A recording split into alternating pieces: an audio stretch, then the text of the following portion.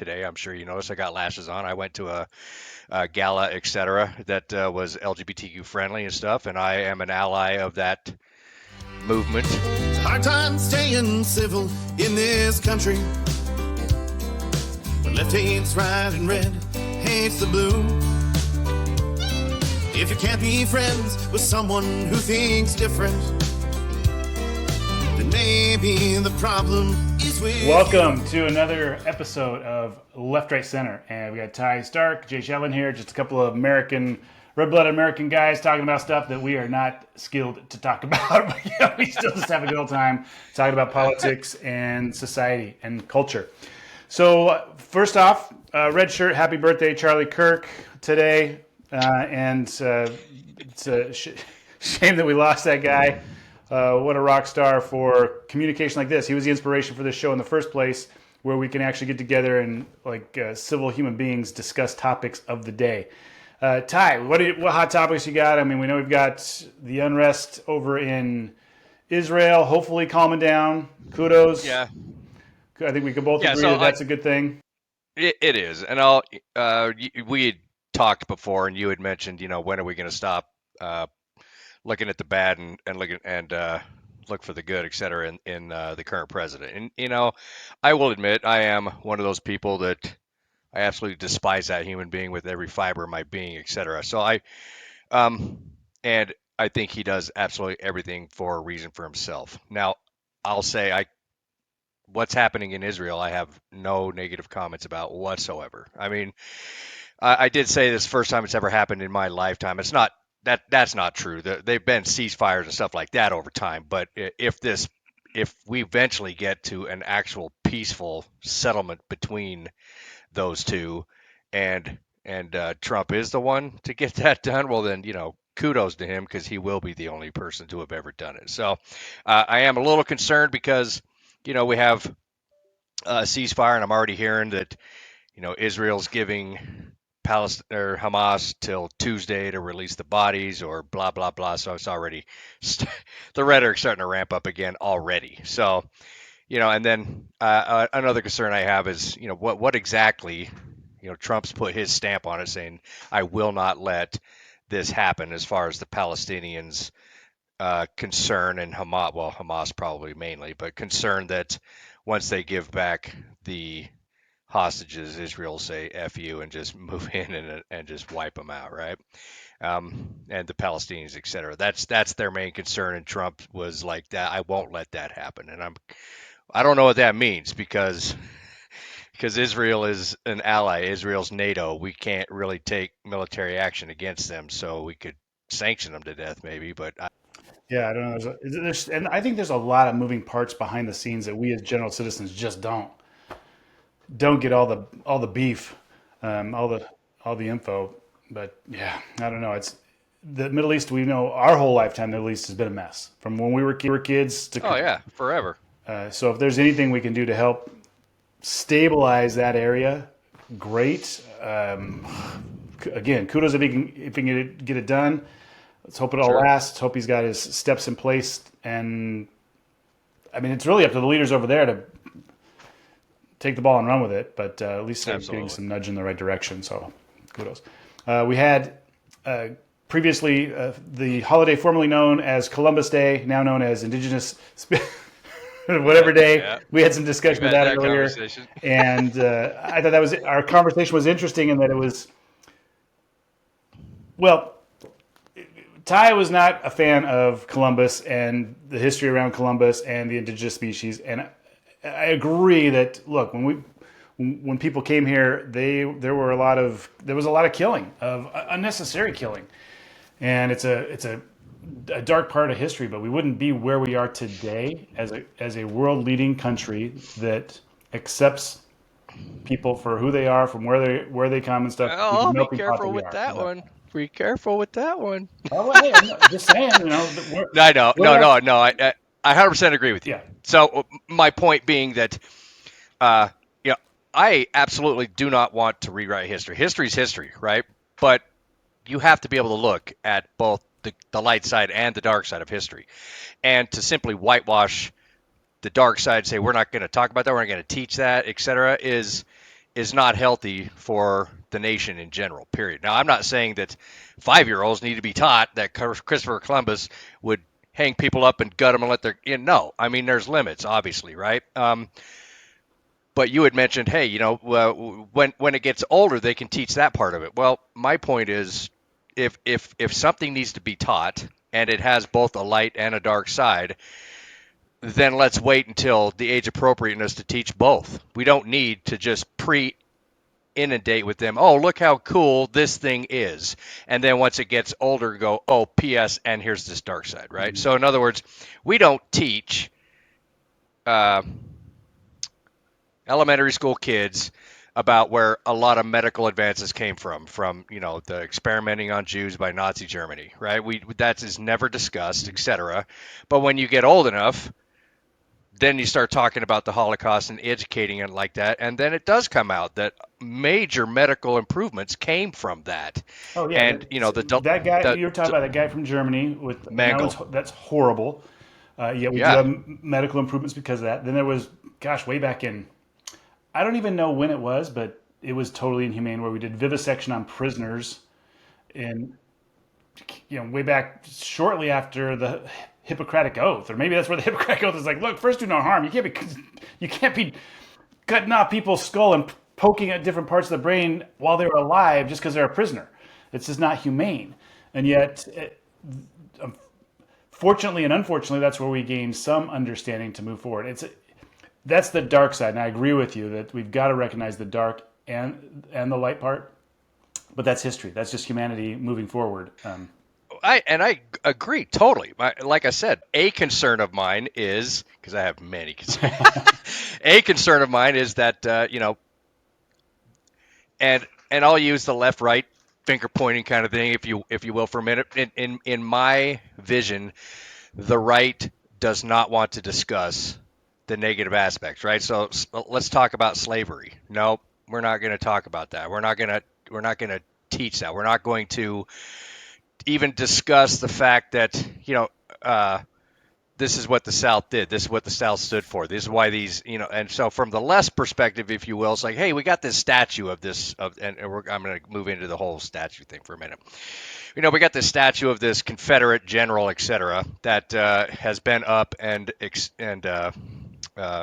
appreciated, or whatever term you want to use there. Recognize. Yes, thank you. Recognized.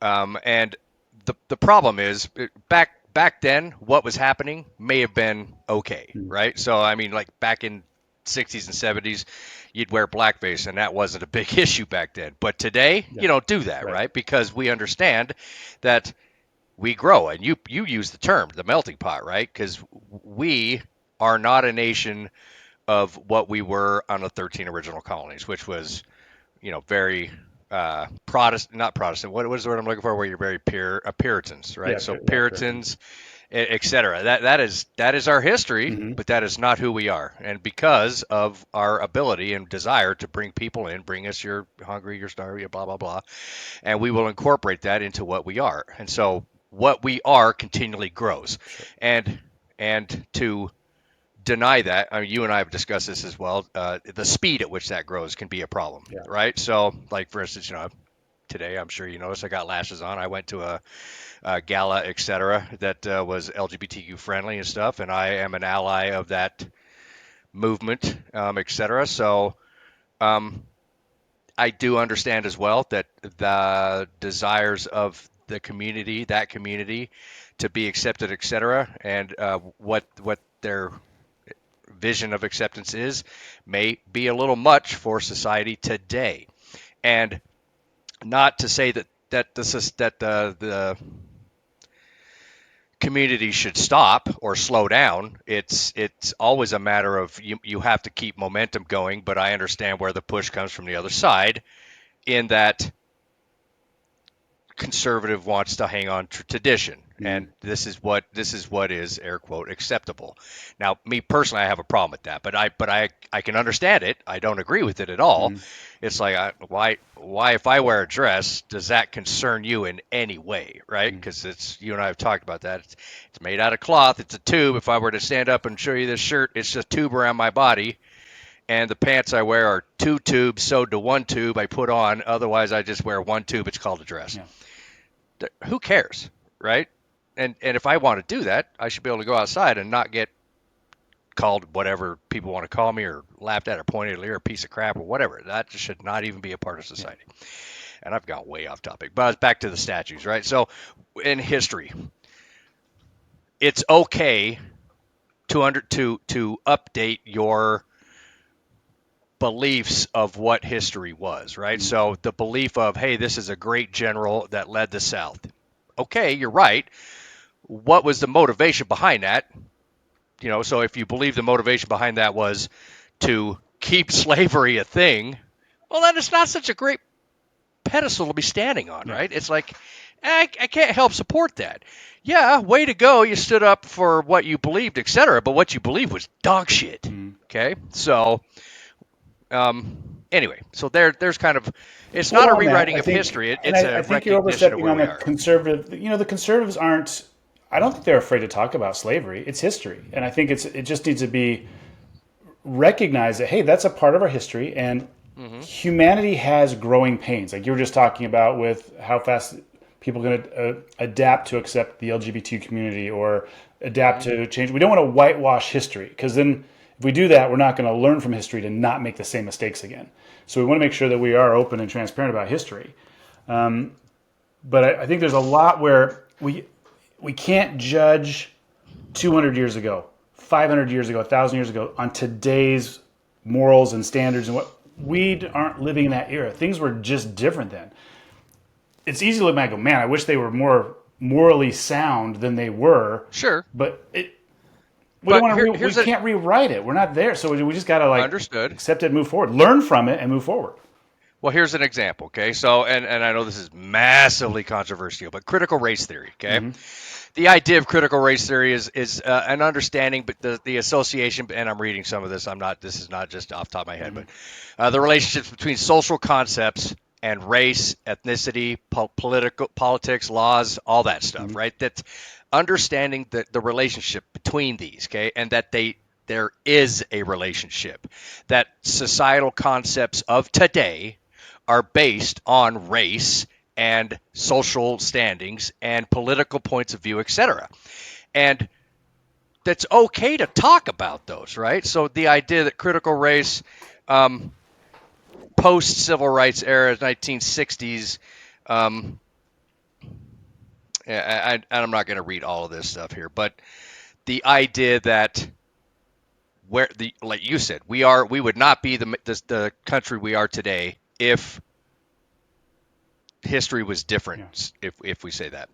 I'm hoping that you could explain, without using a single buzzword or a conservative talking point, what CRT is. What CRT is comes out of critical theory, which came out of the Frankfurt School, which is a belief that there are systems that exist both institutionally and systemically, and that through critical theory, which also has critical law theory, through the kind of the changing of how we view society must be through a racial lens and not through a economic lens or through a legal lens. There was this idea that we must give preference based on the melanin content of people's skin, not on actions, not on choices. Idea of America being systemically racist, 1619 Project, they're all outgrowths of the postmodern deconstructionist type viewpoint that started in the 1960s from Marcuse, who was a Marxist-type believer in the Frankfurt School, was expelled, found domicile here in America, and implemented in our colleges. How'd I do?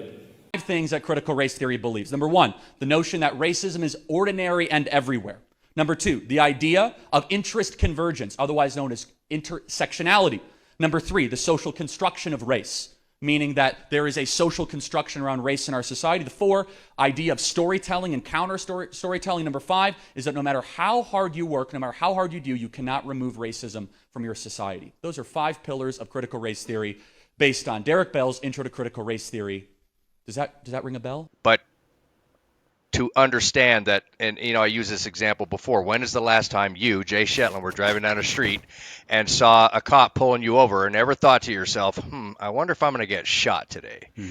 Never. I'll tell you when that is. Never. And that is because, and this is my personal opinion, I know it's not going to be popular with some people, but it's because you're white. You don't have to worry about that. You've never had that concern. You've never thought about it a day in your life.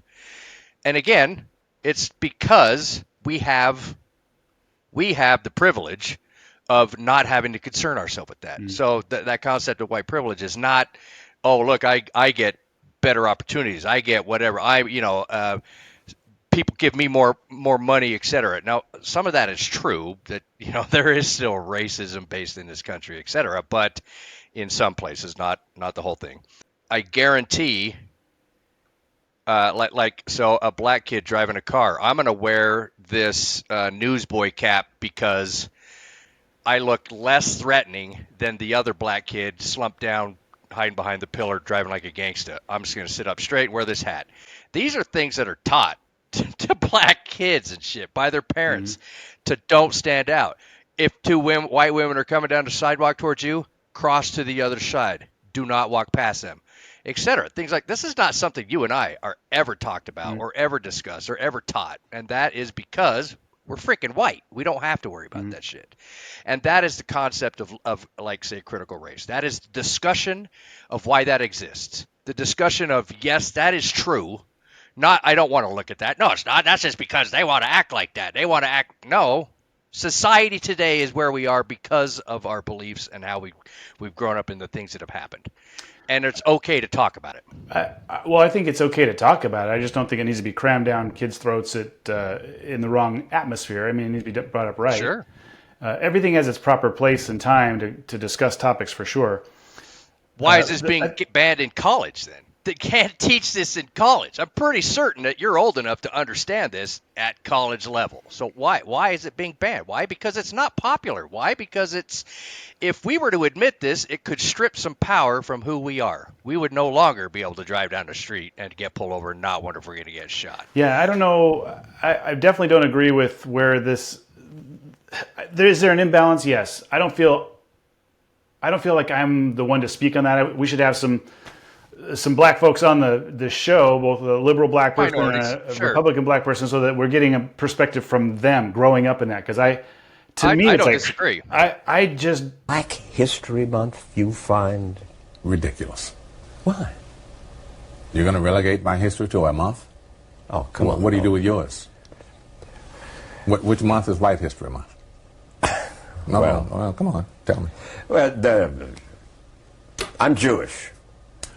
Okay, which month is Jewish History Month? There isn't one. Oh, why not? No. Do you want one? No. I don't either. I don't want a Black History Month. Black history is American history. How are we going to get rid of racism until... Stop talking about it.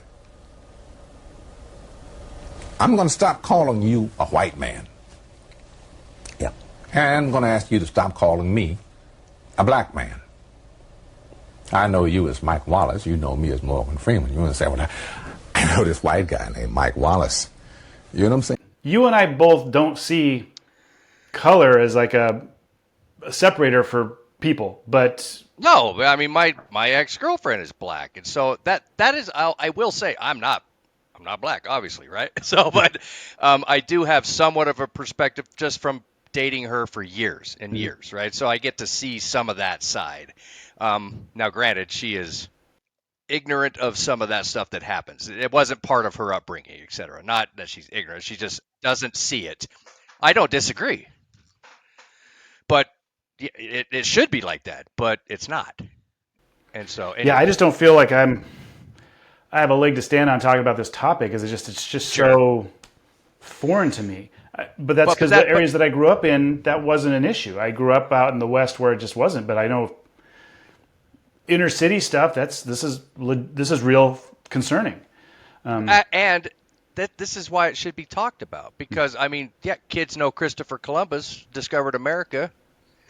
Kids don't know Christopher Columbus killed thousands of, not millions, but lots and lots of people and enslaved them and everything else. And no, they don't know that part. So let's talk about that for a minute, right? Not with 5-year-olds, again, at the proper time. But when in my opinion, the right tries to suppress shit like, hey, you cannot discuss critical race theory anymore. Why? Why not? I Why think can't the we reason talk that they about brought that up is I think it was being abused to the point. I mean, look at a couple of years ago. We got white people on the streets kneeling to black people saying, "I'm sorry for my ancestors. Let me give you some money." And it was coming from that kind of stuff being taught, where white people were feeling guilty of something that happened decades ago or well, centuries ago. if they want to feel guilty, that's their prerogative. Mm-hmm. They can feel guilty. I'm not here to stop them from feeling guilty. If you want to look at that past and go, holy shit, I recognize my stuff and am able to look at you and go, that is some dog shit. You are behind because of this, etc. I can admit that. Now, do I need to give money directly out of my? I don't know yet. I haven't got to that part, etc.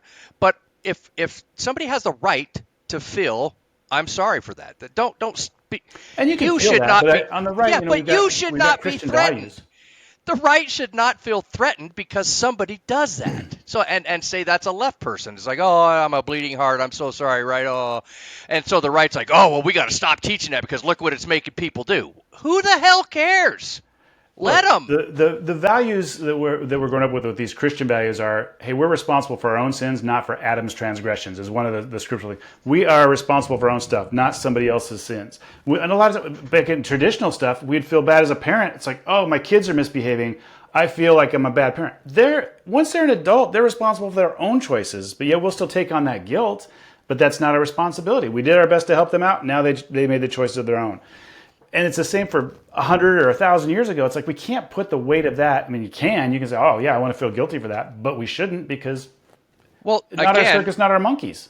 Critical race isn't trying to say you need to feel guilty. It's just saying, let's have a discussion about it. You can feel however you damn well want about it, but there's no reason not to talk about it.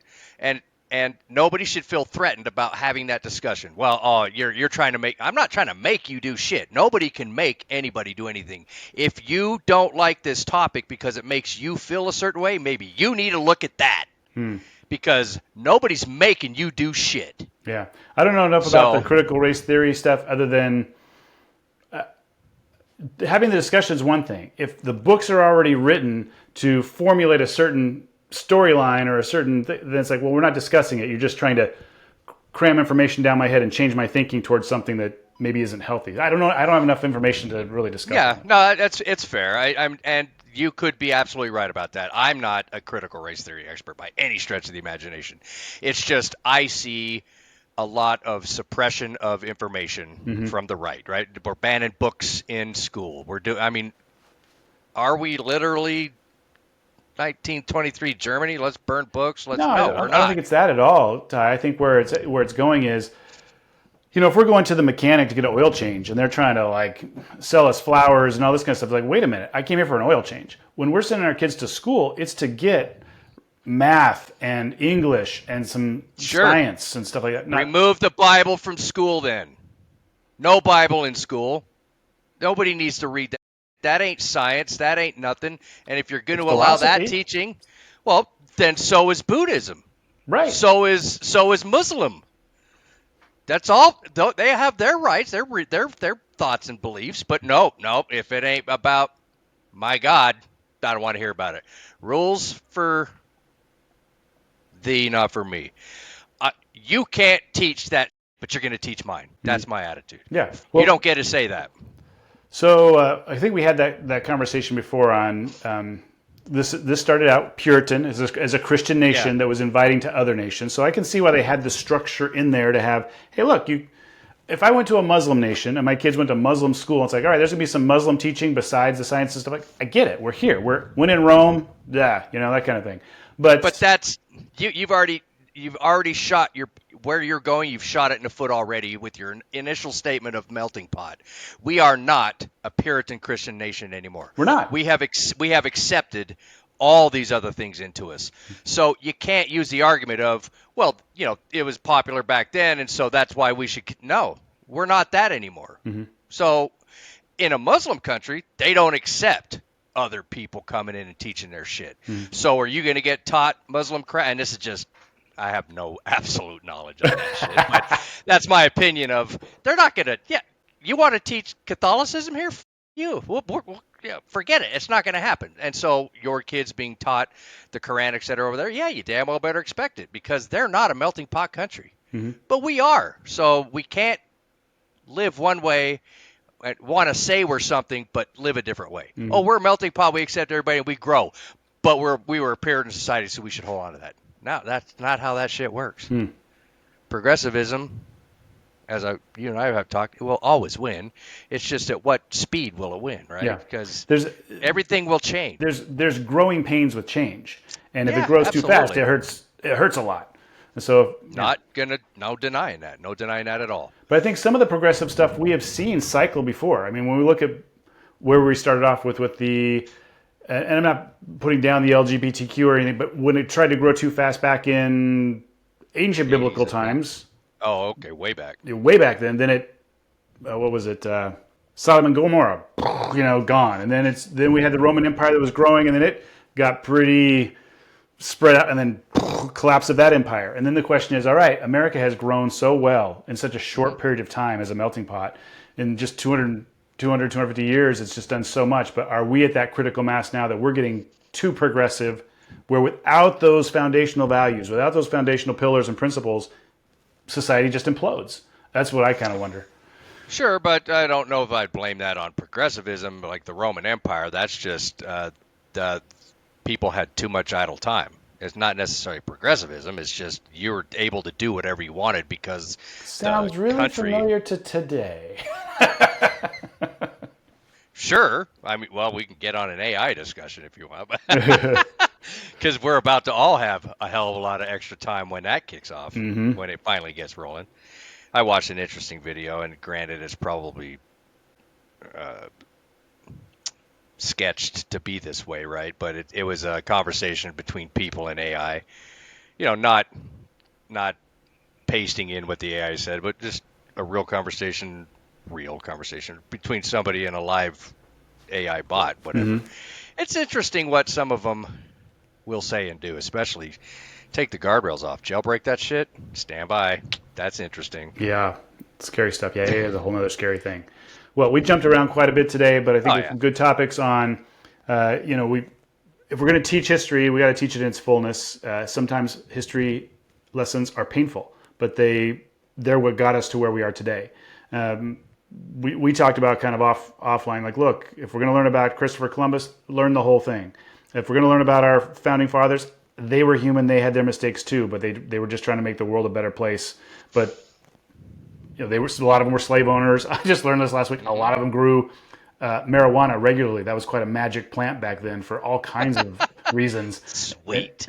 But today, it's all controlled because Big Pharma doesn't want it to compete with some of their stuff. So there's a lot of interesting things we can learn from history that we can learn from. And there's a lot of things that, if I'm learning just now at 56 years old, that our founding fathers, most of them grew marijuana, it's like, why was that hidden in history for so long? So that's where we need to dive into history to learn and grow from it, recognize it for its faults and our human faults, as well as our progressive nature that's good for us. And we just have to embrace it all because it's all part of it. You can't. So I learned from that and not make that mistake. But this was good. We just can't say, "Oh, I don't want to talk about that because that was bad." That's not going to help anybody. Agreed. And this conversation can go, onto the whole freedom of speech piece, et cetera. And I have my opinions on that as well. But learn it all. Don't hide shit. Don't obfuscate something because it doesn't paint you in a good picture. Yep. But have adult conversations about it. I mean, you don't need to. Sure. If you pick one side of the fence or the other, you don't need to yell about it. You don't need to be degrading each other. Just like right. Yeah, but that's not me to you. That's just me saying that I'm impassioned by the idea that you don't have. That's what this show is about. I think the reason Ty and I put this show together is to show people that we can have these discussions, disagree, and be civil. Being passionate about it, yeah, okay. So things gear up when we're passionate. But you're a political leader and you're on a podium on national TV and you're swearing at somebody, come on, that's not leadership. Let's you got to be within the bounds, stay in your lane of respectfulness from both sides. Okay, we'll wrap it up. Yeah, we'll wrap that up. Civil in this country. Left hates right and red hates the blue. If you can't be friends with someone who thinks different, then maybe the problem is with you. And I won't piss on your shoes if you won't piss on mine. Keep it in your own lane and we'll get along just fine. You don't have to share my opinions to be a friend of mine. So I won't piss on your shoes, buddy, if you won't piss on mine.